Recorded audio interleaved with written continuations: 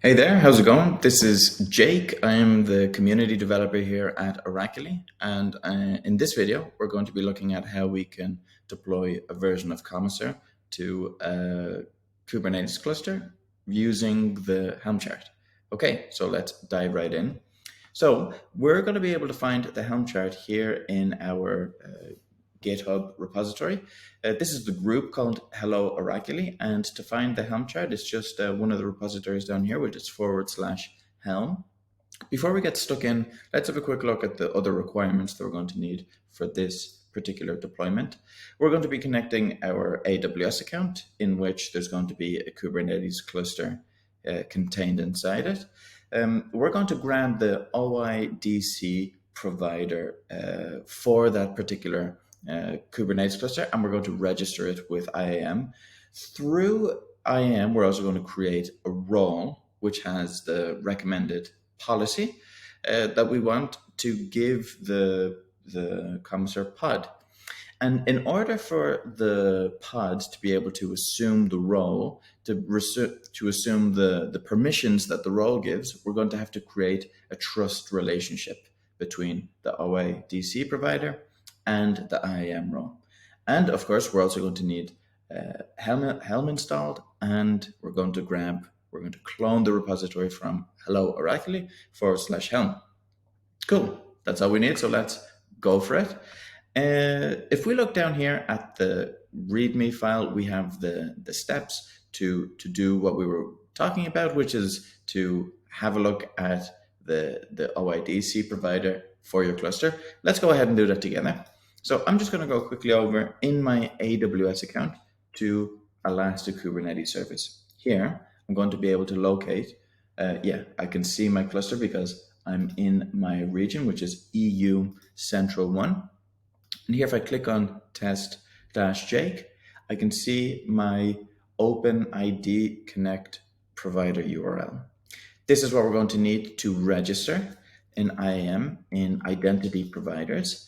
I've already pre-done this. So if I go to identity providers, I'll be able to link the OIDC provider for my cluster. Once that's done, we can then move over to create the role. In my case, the role is called Amazon EKS Komiser role.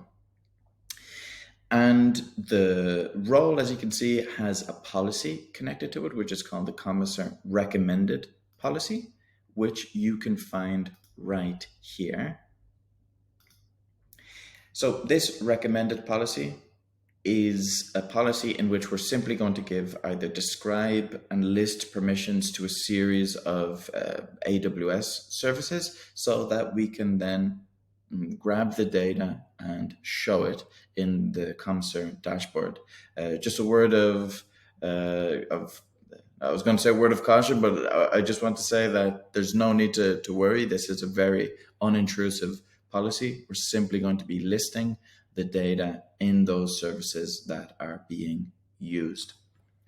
Once we have that, once we have our role and our policy connected to that role, we're going to have to create the trust relationship.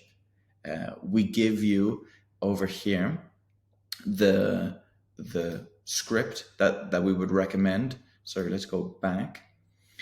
We have the script that we would recommend for you to use to create the trust relationship between the role and the identity provider, which is the following script. I would recommend to, of course, change out the environment variables for your account ID, your OIDC provider. And one thing that's very important is that this trust relationship is going to give assume role permissions to a specific service account. Now, this service account is always going to have the name Komiser unless you want to change it, but the Helm chart has it hard-coded as Komiser. But what we would recommend is at this stage to be sure to change the namespace for the namespace that you are going to deploy Komiser to. In my case, let me just show you right here. I'm going to clear this. I'm just using a shortcut here, by the way, using a CLI add-on called kubectx to list my contexts. I'm currently configured to the test Jake EKS cluster. And in the namespaces, kubectl get namespaces, which is an alias there that I'm using, I can see that I'm currently configured in the namespace that I created called Komiser. So before I created my trust relationship, I thought about which namespace I was going to deploy to, and I reflected that in the trust relationship. So here, the trust relationship is saying any service account called Komiser, which is inside the Komiser namespace, will be allowed to assume the role with web identity. So we're going to be able to give the pod, which gets its permissions from that service account, it's going to be able to get the credentials that will then give it the permissions that were in the policy. I hope that wasn't too confusing. If you're a little bit familiar with IAM permissions and how permissions work, that shouldn't have been too difficult, but always feel free to reach out to us if you have any issues.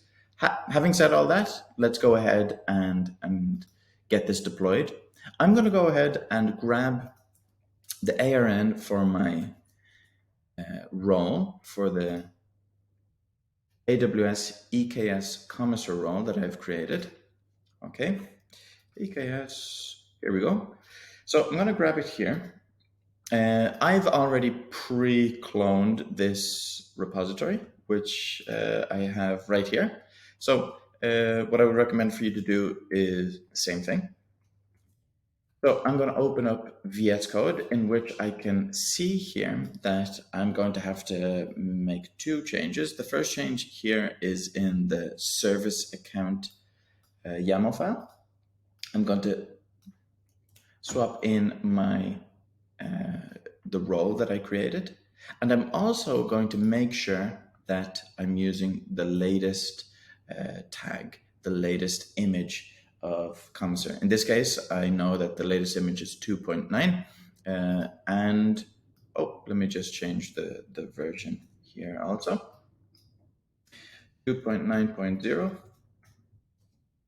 and I'm just going to save this, and we are good to go. So back over in my CLI, I'm just going to make sure that there's nothing running. So I'm going to run a helm install Komiser, or I'm going to pass in the file, which is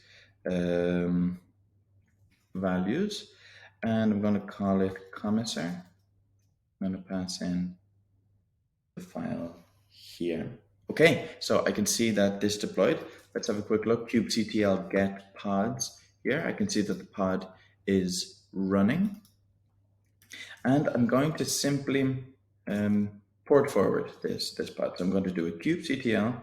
I have the alias k as kubectl. So kubectl port forward. I'm going to port forward the pod, which is this one, and I'm going to port forward it to container port 3000. That should be working. Let's go over to our local host now.